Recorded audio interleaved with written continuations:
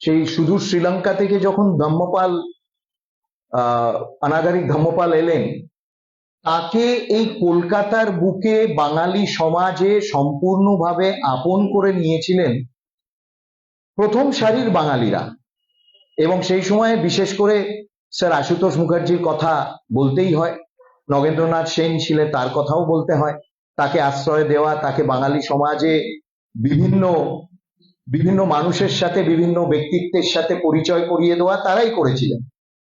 এবং সেই জন্য একেবারে খোলা মন ছিল বঙ্গ সমাজ, বাঙালির খোলা মন ছিল, এবং বাঙালি কাউকে কোনোদিন বহিরাগত বলেননি।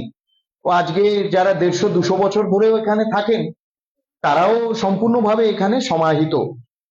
আমি অসংখ্য ধন্যবাদ জানাতে চাইছি আমার বন্ধু জয়বর্ধনেকে, প্রফেসর ডক্টর গৌরব লামাকে এবং জয়নারায়ণজিকে, যে একটা সুন্দর এই সন্ধ্যেবেলায় আমরা একত্রিত হতে পেরেছি।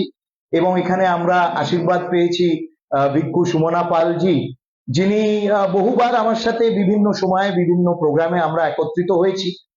তিনি শুধু বৌদ্ধ ভিক্ষু নন, তিনি লেখক এবং চিন্তাবিদ, এবং ভগবান বুদ্ধের জীবনীকার বলা যেতে পারে এক অর্থে, এবং তার লেখা, তার বই বহু চর্চিত। এবং তিনি পালি ভাষা শুধু চর্চা করেন না, তার বিশেষজ্ঞ। তো আপনাদের সকলের একটি, এইখানে আমরা একত্রিত হতে পেরেছি এমন একটি দিনে, অনেক ব্যস্ততা আপনাদের, সেই জন্য ধন্যবাদ জানাচ্ছি। আমাদের একটি বিশেষ প্রচেষ্টা গত এক মাস ধরে, এই নিয়ে প্রায় 20টা সভা পশ্চিমবঙ্গের বিভিন্ন প্রান্তে হয়েছে, আলোচনা সভা। এবং এই সভার উদ্দেশ্য হলো, আমি ওই বিষয়ে একটু পরে আসছি, বেঙ্গল ম্যাটার্স। অর্থাৎ আমরা যারা বাঙালি, আমরা যারা পশ্চিমবঙ্গবাসী এবং পশ্চিমবঙ্গবাসী হিসেবে বাঙালি, আমাদের জন্য পশ্চিমবঙ্গ, পশ্চিমবঙ্গের উদয়, পশ্চিমবঙ্গের পুনরুত্থান একটি খুব গুরুত্বপূর্ণ বিষয়, এবং সেই জন্য বেঙ্গল ম্যাটার্স। কথাটা হলো যে আজকে আপনারা দেখেছেন যে সকালবেলায়, আমার মনে নেই, হয়তো প্রথমবার, অনেক কয়েক দশকে প্রথমবার হলো প্রধানমন্ত্রী আজকে হুগলির বুকে মা গঙ্গার ওপর তিনি অনেকক্ষণ আজকে সকালে বিচরণ করেছিলেন। এবং ধরুন যে আজকে পশ্চিমবঙ্গের এই যে হুগলির যে অংশ, সেখানে ন্যাশনাল গ্রিন ট্রাইব্যুনাল 2024 সালে বলছে যে এই জলের এমন করুণ অবস্থা, যে জল পানীয় জল হওয়ার তো অযোগ্যই, কিন্তু এই জলে স্নানও করা যাবে। ন্যাশনাল গ্রিন ট্রাইব্যুনাল 2024-এ পুরো মানে এর এক্সামিনেশন করে এই বক্তব্যটা তারা রেখেছে। এবং যে জেলাগুলো গঙ্গার পার্শ্ববর্তী জেলা, সেই জেলার ডিএমদের ন্যাশনাল গ্রিন ট্রাইব্যুনাল নির্দেশ দিয়েছিল যে এই যে কেন্দ্র থেকে যে ফান্ডিংটা আসে, সেই ফান্ড কিভাবে ব্যবহৃত হয়েছে। অর্থাৎ আমার বলার, প্রথমে শুরু করার এই তাৎপর্যপূর্ণ, আমার মানে কেন আমি এই বিষয় নিয়ে শুরু করছি, যে আমাদের একটি যৌথ উদ্যোগ, আমাদের একটি যৌথ দায়িত্ব, এবং যেখানে আমরা বলছি বেঙ্গল ম্যাটার্স। এবং কেন বেঙ্গল ম্যাটার্স সে বিষয়ে আমি একটু পরে আসছি। আমরা একটা ক্ষুদ্র প্রয়াসও করেছি এই বইয়ের মাধ্যমে, এবং এই বইতে আমরা কিছু বিষয়, কিছু তথ্য রেখেছি যে কেন পশ্চিমবঙ্গের উত্থান সারা ভারতবর্ষের জন্য জরুরি, এবং কেন যখন আমরা বিকশিত ভারতের কথা বলছি, তখন বিকশিত পশ্চিমবঙ্গ না হলে বিকশিত ভারতবর্ষ আগামী দিনে হবে না। কিন্তু গোড়ার কথা গোড়ায় বলি। আমরা যে পরিসরে এখানে রয়েছি, ডক্টর শ্যামাপ্রসাদ মুখোপাধ্যায় মহাবোধি সোসাইটির অধ্যক্ষ ছিলেন। তার আগে স্যার আশুতোষ মুখোপাধ্যায় মহাবোধি সোসাইটির অধ্যক্ষ ছিলেন। In fact he was the founding member. এবং এইখানে যখন ধর্মরাজিকা বিহারে যখন প্রথম ভগবান বুদ্ধের পবিত্র ধাতু নিয়ে আসা হলো, সেই পবিত্র ধাতু স্যার আশুতোষ গ্রহণ করলেন তখনকার দিনে যে বড়লাট লর্ড রনাল্ড তার হাত থেকে। সে ছবি রয়েছে। এবং সেই 1922, আমার মনে হয় এখানে 22 না 23-এ ধর্মরাজিকা বিহার গঠন হলো, সেইখানে পবিত্র দেহাবশেষ নিয়ে আসা হলো। তার আগে কোনোদিন কোনো ভারতীয় এই গভর্নর হাউসে ভারতীয় পোশাক পরে কোনো ভারতীয় ঢোকেনি। স্যার আশুতোষকে যখন বলা হলো যে তিনি মহাবোধি সোসাইটির অধ্যক্ষ হিসেবে গ্রহণ করবেন সেই ধাতু, তিনি বললেন যে আমি ভারতীয় পোশাক অর্থাৎ ধুতি এবং চাদর এবং খালি পায়ে আমি সেই গ্রহণ করব পবিত্র ধাতু, আমি জুতো প্যান্ট কোট ওভারকোট পরে আমি সেটা গ্রহণ করতে পারবো না। তখন এই অনাগরিক ধর্মপাল বিশেষ আবেদন জানালেন স্যার আশুতোষ মুখার্জির হয়ে লর্ড রনাল্ড শেখে, এবং প্রথমবার খালি পায়ে সব ভারতীয় পোশাক ধুতি চাদর ধুতি পাঞ্জাবি পরে ঢুকে ভগবান বুদ্ধের পবিত্র দেহাবশেষ সেখান থেকে নিয়ে এসে পদযাত্রা করে এইখানে সেটা ধর্মরাজিকা বিহারে স্থাপিত হলো। পিতার কথা বললাম আশুতোষ মুখার্জি, এবার আমি পুত্রের কথা বলি, একটু ছুঁয়ে যাই। এবং যেহেতু আমরা এক অর্থে বলা যেতে পারে যে সেই দর্শনের এবং সেই জীবনেরই আমরা অংশ নিজেরা, আপনারা সবাই যারা কলকাতা বিশ্ববিদ্যালয়ে পড়েছেন আপনারা সবাই তাদের অংশ, পালি বিভাগে যারা পড়েছেন বা যারা পড়াচ্ছেন আপনারাও স্যার আশুতোষ এবং শ্যামাপ্রসাদের অংশ। এবং শ্রীলঙ্কার যে বৌদ্ধ সংঘ, সেই সংঘরাজ স্যার আশুতোষকে একটি বিশেষ উপাধি দিয়েছিল এবং সেই উপাধি ছিল সম্বুদ্ধগম চক্রবর্তী, অর্থাৎ যিনি তার সারা জীবন দিয়ে তার সর্বস্ব দিয়ে বৌদ্ধ ধর্ম চর্চা যাতে পুনঃপ্রতিষ্ঠিত হয় আধুনিক ভারতবর্ষে তার প্রচেষ্টা করেছেন। শ্রীলঙ্কার সংঘরাজ তিনি তাকে সেই উপাধি দিলেন। এবং সবচেয়ে খুব ইন্টারেস্টিং যে কথাটা সেটা হলো, যদি আপনারা দেখেন হরপ্রসাদ শাস্ত্রী তার বইতে দি living sources of Buddhism in Bengal, সেই মহাপণ্ডিত হরপ্রসাদ শাস্ত্রী যিনি হাজার বছরের বাঙালি গান এবং বুদ্ধ দোয়া সেগুলোকে তিনি আবিষ্কার করে নেপাল থেকে নিয়ে এসে বই লিখেছিলেন। হরপ্রসাদ শাস্ত্রী তার বইতে লিখছেন যে 13th সেঞ্চুরিতে এখান থেকে একজন পণ্ডিত রামচন্দ্র কবি ভারতী তার নাম, এই বঙ্গদেশ থেকে তিনি বৌদ্ধ ধর্ম গ্রহণ করলেন। তিনি কবি ছিলেন, তিনি পণ্ডিত ছিলেন, তিনি বৌদ্ধ ধর্ম গ্রহণ করে তিনি গেলেন শ্রীলঙ্কায়, নদিয়ার লোক। এবং তদানীন্তন যিনি শ্রীলঙ্কার সেই সম্রাট পরাক্রম বাহু, তাকে 13th সেঞ্চুরিতে তাকে সেখানে স্বাগত জানিয়ে তাকে একটি উপাধি দিলেন বুদ্ধতম চক্রবর্তী, এবং তাকে হেড বানালেন, তাকে সব দায়িত্ব দিলেন সেইখানকার বৌদ্ধ সংঘের কাজের। এবং বলা হয় সেই 500 বছর পর স্যার আশুতোষকে সেই উপাধি দেওয়া হল। আমার মনে হয় যে আজকে যখন আমরা বলছি বেঙ্গল ম্যাটার্স, আমরা যখন বলছি যে পশ্চিমবঙ্গের পুনরুত্থান, এবং আজকে বারুইপুরে আমি সেই সভায় উপস্থিত ছিলাম, আমার সৌভাগ্য।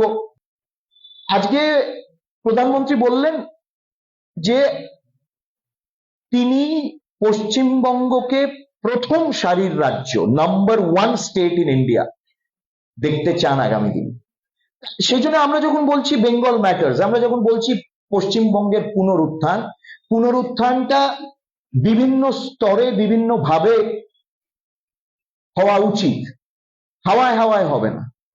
এবং যাদের ঐতিহ্য, যাদের অবদান, যাদের জীবন মনে করে আমরা এই পুনরুত্থানের কথা বলছি, তাদের মধ্যে আশুতোষ মুখার্জি, শ্যামাপ্রসাদ মুখার্জি এবং অনেকে এই ধরনের রয়েছেন যারা বাঙালি জীবন, বাঙালি সমাজ, বাঙালি সংস্কৃতি তে অসাধারণ অনন্য সাধারণ অবদান করেছেন।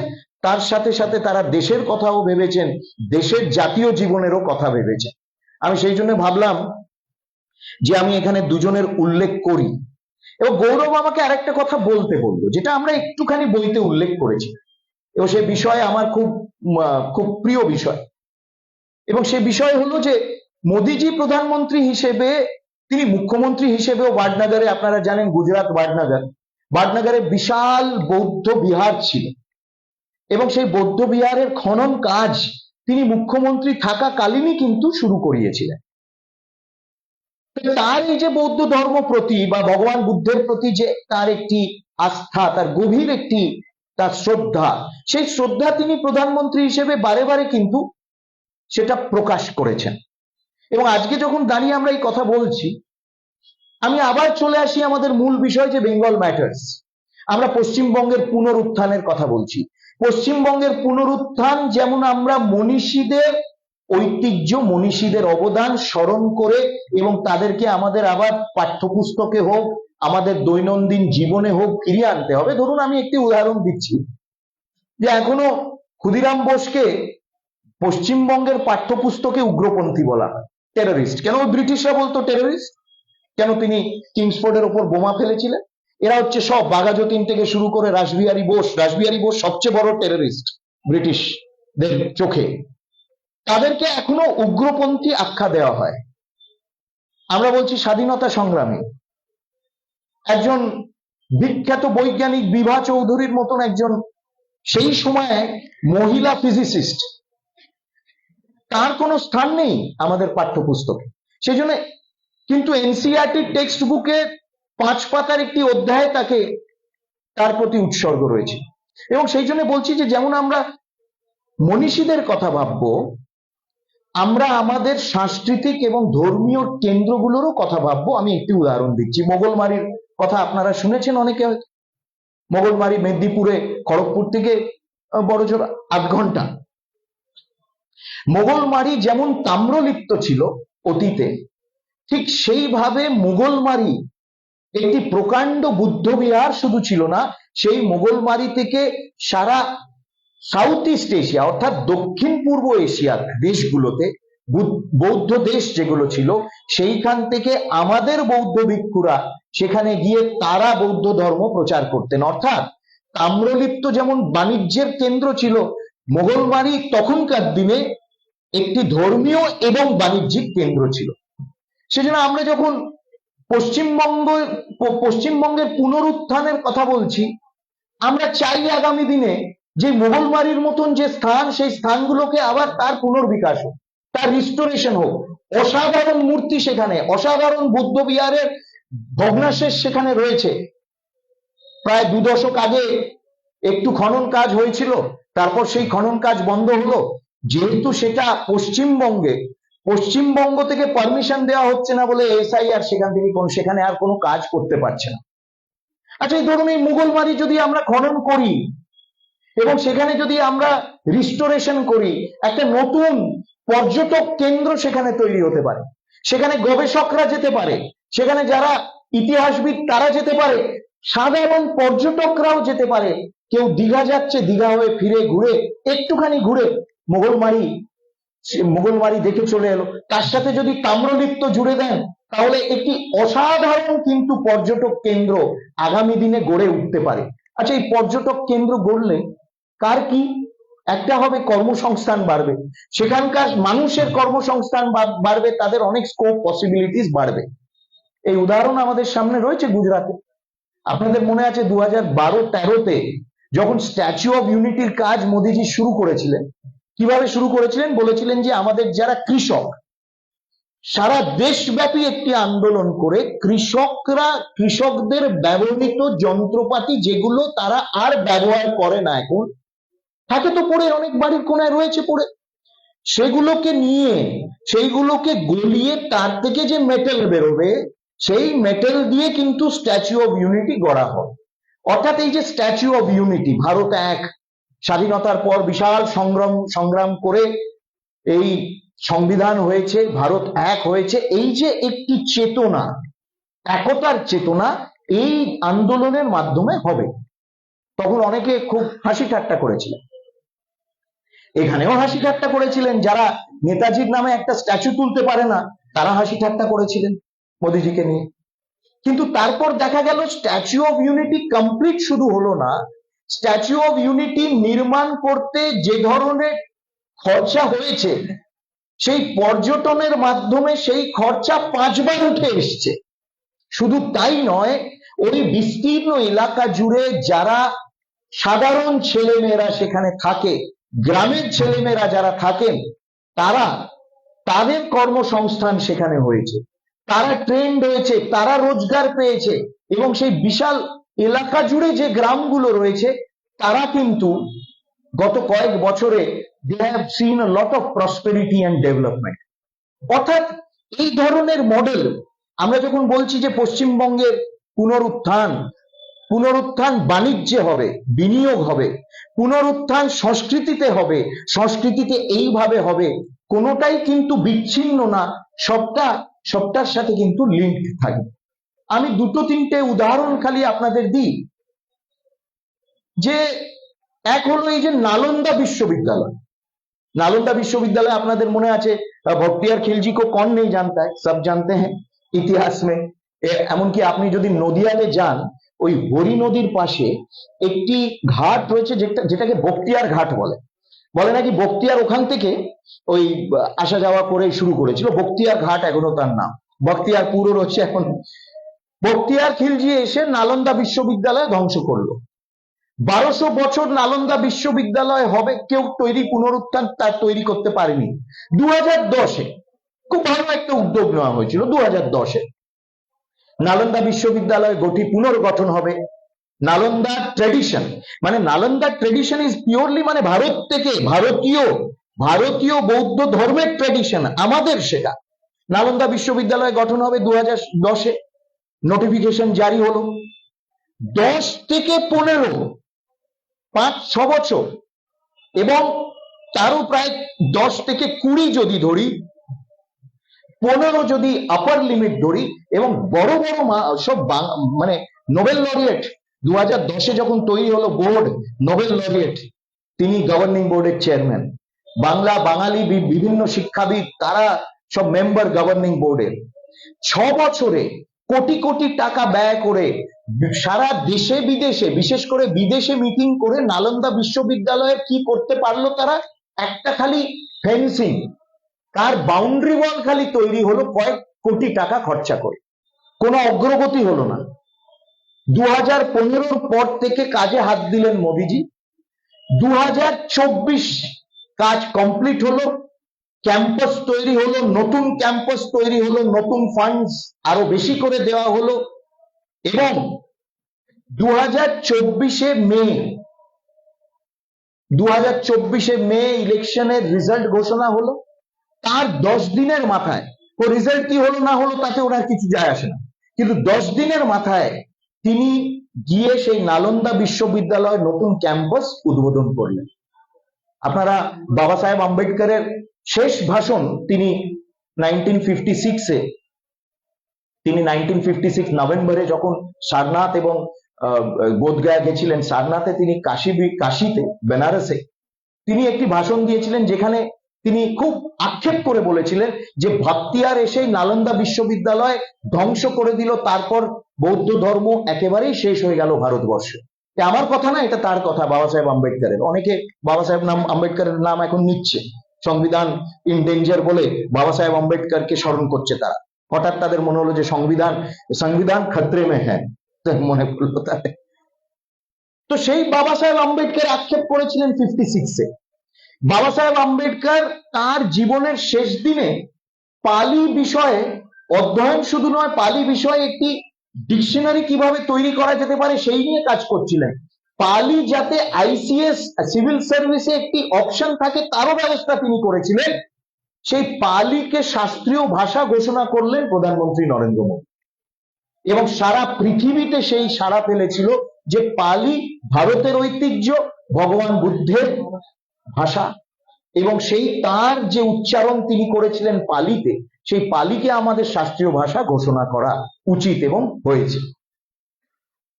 এবার 127 বছর পর, আমি সেদিন আপনি ছিলেন, 127 বছর পর ভগবান বুদ্ধের ধাতু দেহাবশেষ, যেটা পিপ্রাভাহা রেলিক্স বলা হয়। আপনারা জানেন যে 1897 সালে এই যে উত্তরপ্রদেশের যে সিদ্ধার্থনগর, এখন যেটাকে সিদ্ধার্থনগর বলা হয়, সেইখানে ভগবান বুদ্ধের ধাতু, পবিত্র ধাতু, এবং তার সাথে জেমস, যেগুলো মানে রত্ন এবং স্বর্ণ, এগুলো সব পাওয়া গেছে। প্রায় 127 বছর ধরে তার একটি বড় অংশ, ওই যে জেমস, যেগুলো জুয়েল ছিল, সেগুলো বিদেশে যিনি সেগুলোকে ডিসকভার করেছিলেন ক্যাক্সটন সাহেব বলে, সে নিয়ে গেছিল বিদেশে তার কাছে। গত বছর মে মাসে হঠাৎ খবর এলো যে তার পরিবার সেটাকে নিলামি করতে চায়। কারা নিলামি করবে? হংকং এ সোথবিস করবে এবং ভগবান বুদ্ধের পবিত্র সেই ধাতু একেবারে চিরকালের মতন এমন জায়গায় চলে আসবে, কোনোদিন ভারতবর্ষে ফিরে আসতে পারবে না। ভারত সরকার প্রধানমন্ত্রীর বিশেষ ব্যক্তিগত উদ্যোগে সেটাকে আটকালো, আটকে নোটিশ জারি করা হলো, যেটা নিলামি করা যেতে পারে না, এটা আমাদের ঐতিহ্য, ভারতের ঐতিহ্য, আমাদের পবিত্র আস্থার কেন্দ্র। 127 বছর পর ফিরে এলো সেই রেলিক্স। ভিক্ষু সুমনা পালজি তারা বুঝবেন এর মর্ম, তিনি আরো ভালো ব্যাখ্যা দিতে পারবেন যে এর মর্ম কি, মানে কতটা ঐতিহাসিক একটি মুহূর্ত, যে 127 বছর পর ভারতবর্ষ, ভারতীয়রা বলতে পারলেন যে এটা আমাদের ভগবান বুদ্ধের জন্মভূমি, এই ভারতেই ফিরে আসবে, কোনো বিদেশির হাতে নিলামি হবে না। ঠিক 100 বছর এই ধরনের একটি ঘটনা ঘটেছিল 1949 সালে এই কলকাতায়, এই ময়দানে। 100 বছর পর ভগবান বুদ্ধের যে প্রধান শিষ্য মহামোগাল্লান্নাথ সারিপুত্র, তাদের দেহাবশেষ 100 বছর পর লন্ডনে ছিল, রয়্যাল অ্যালবার্ট মিউজিয়ামে। সেখান থেকে শ্যামাপ্রসাদ মুখোপাধ্যায় অধ্যক্ষ, মহাবোধি সোসাইটি অধ্যক্ষ হিসেবে 100 বছর পর সেটা স্বাধীন ভারতবর্ষে তিনি ফিরিয়ে আনলেন। তখন তিনি কেন্দ্রীয় মন্ত্রী। এই ময়দানে সেটা রিসিভ হয়ে তখন তাকে বার্মার প্রধানমন্ত্রী উনু মহাপণ্ডিত তিনি বললেন শ্যামাপ্রসাদকে যে 100 বছর পর এই যে ফেরত এলো ভগবান বুদ্ধের প্রধান শিষ্যের যে ধাতু, এইটা আপনি অধ্যক্ষ থাকাকালীন হলো, এটা যে কত বড় আপনার অবদান সেটা আমি আশা করি মানুষ বুঝবে, আমরা অন্তত বুঝি।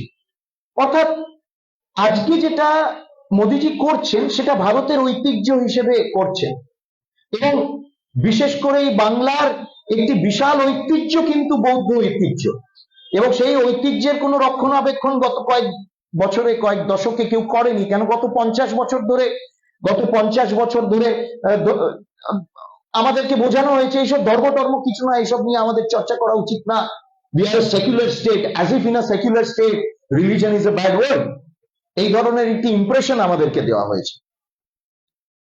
আজকের দিনে দাঁড়িয়ে শুধু নালন্দা না, বিক্রমশিলাও তৈরি হচ্ছে। বিক্রমশিলার তৈরি পুনর্নির্মাণ করার কাজও শুরু হয়ে গেছে বিহারে। এবং বিক্রমশিলা আমাদের বাঙালিদের জন্য কেন বিশেষ তাৎপর্যপূর্ণ রাখে? কেন? এই বিক্রমশিলার মহা আচার্য ছিলেন অতীশ দীপঙ্কর।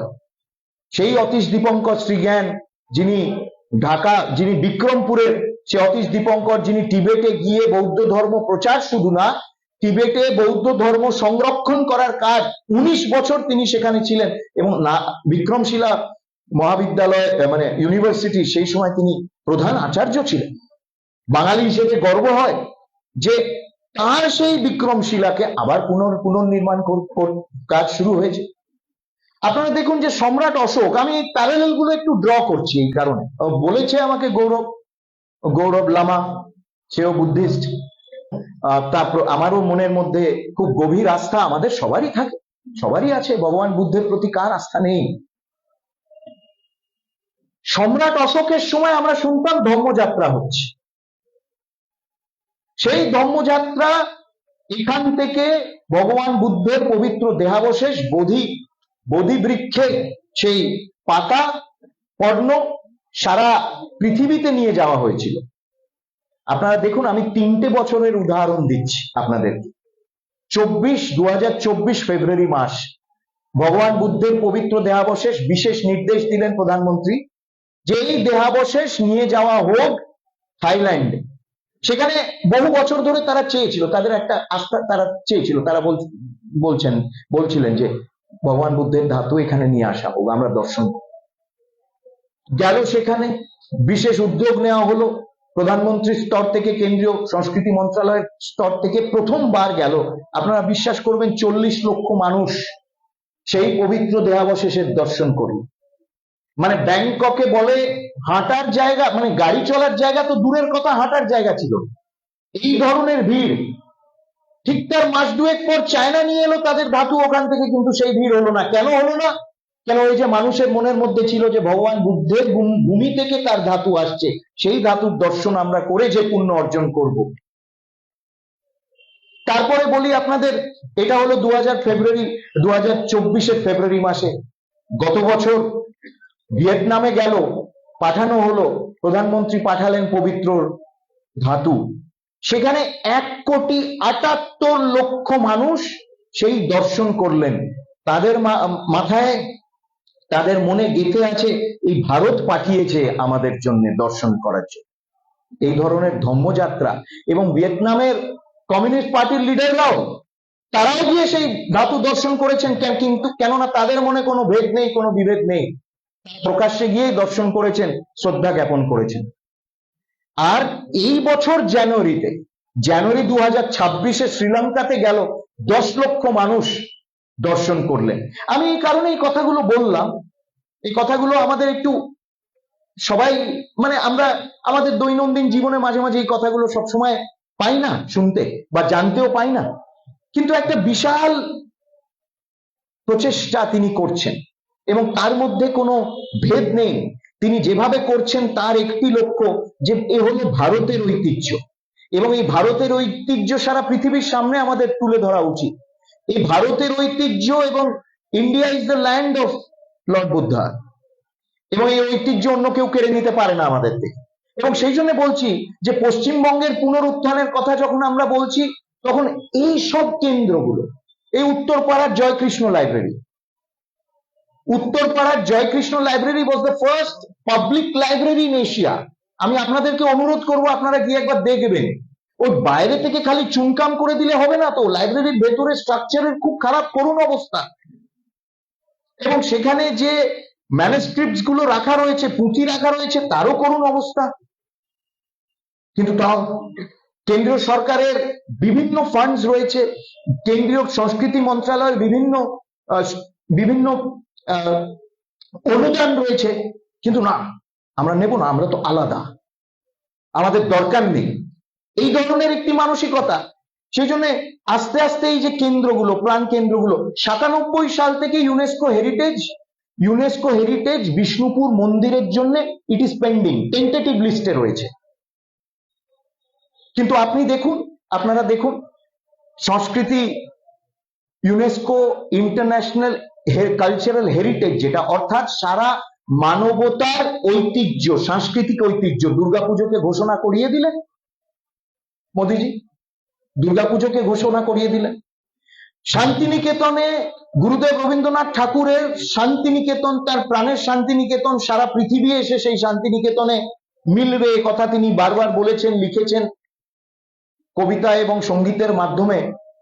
সেই শান্তিনিকেতনকে ইউনেস্কো হেরিটেজ ট্যাগ অবশেষে ব্যবস্থা করলেন প্রধানমন্ত্রী।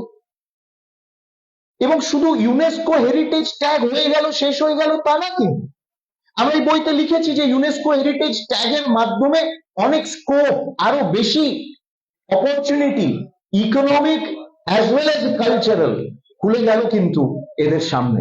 যে আমরা অনেক ডিটেলে, বিভিন্ন স্তরে, বিভিন্ন ভাবে তিনি কি ধরনের কাজ করেছেন।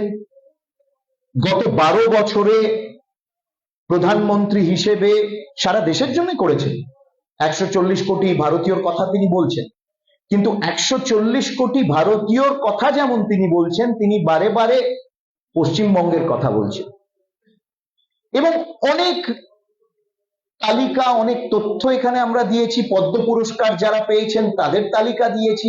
এবং অসাধারণ মানুষ, চিকিৎসক, সুন্দরবনে চিকিৎসা করেন 30 বছর ধরে, তার নিজের প্র্যাকটিস তিনি করছেন, কিন্তু সুন্দরবনে প্রান্তিক স্তরের মানুষের জন্য তিনি চিকিৎসা করছেন বিনা পয়সায়। আর একজন 1 টাকা নিয়ে চিকিৎসা সারা জীবন করেছেন মানুষের জন্য। এবং যিনি 1 টাকার ডাক্তার, তার কথা আমি সেদিনও উল্লেখ করলাম, যেহেতু তিনি বোলপুরের ছিলেন, স্বর্গীয় সুশোভন বন্দ্যোপাধ্যায়। রাজনৈতিকভাবে কিন্তু সারা জীবন তিনি কংগ্রেস করেছেন, কংগ্রেসের এমএলএ ছিলেন, পরবর্তীকালে তিনি তৃণমূল কংগ্রেসেরও এমএলএ ছিলেন। কিন্তু তার জীবনের একটি বড় দিক ছিল, তিনি ডাক্তার ছিলেন, মানুষের সেবা করেছেন, নিরলসভাবে সেবা করেছেন, কোনোদিন রেকগনিশন পাননি, মোদিজি দিলেন। সম্মানিত করলেন, তার চোখে জল এসে গেছিল। তিনি বললেন আমাকে বললেন তিনি যে আমি যাদের নিজের ভেবেছিলাম তারা আমার কথা কোনোদিন ভাবেননি, মোদিজি ভেবেছেন আমার কথা। আমি তাকে বললাম সেই সব কথা ছেড়ে দিন, আপনি ভারতবর্ষের সম্পদ, মোদিজি আপনাকে ভারতবর্ষের সম্পদ হিসেবে সম্মানিত করেছে। এই ধরনের অনেক, আমাদের পরশু ফুলিয়াতে প্রোগ্রাম হবে, বীরেন কুমার বসাক, বিখ্যাত তাঁতি, জামদানি, তিনি এক অর্থে মানে জামদানির কারিগর, 2021-এ তাকে পদ্ম পুরস্কারে সম্মানিত করা হলো। প্রান্তিক স্তরে থেকে কাজ করেছেন তিনি, নিরলসভাবে কাজ করেছেন, বাংলার এই ঐতিহ্যকে বাঁচিয়ে রেখেছেন। কিন্তু তাকে কেন সম্মানিত করা হলো? তাকে করা হলো এই কারণে, তার ওই অবদানের জন্য, এবং তিনি বাংলার একটি ঐতিহ্যকে ধরে রেখেছেন বলে তার জন্য, এবং আগামী দিনে কত মানুষ এর দ্বারা উপকৃত হবে তার একটি সম্ভাবনা কিন্তু উঠে আসে তখন। অজস্র এরকম উদাহরণ আমরা দিয়েছি, আপনারা দেখবেন। এবং আমরা বারবার বলছি যে গত 50 বছরে পশ্চিমবঙ্গ একেবারে মেইন স্ট্রিম থেকে সরে গেছে মার্জিনে।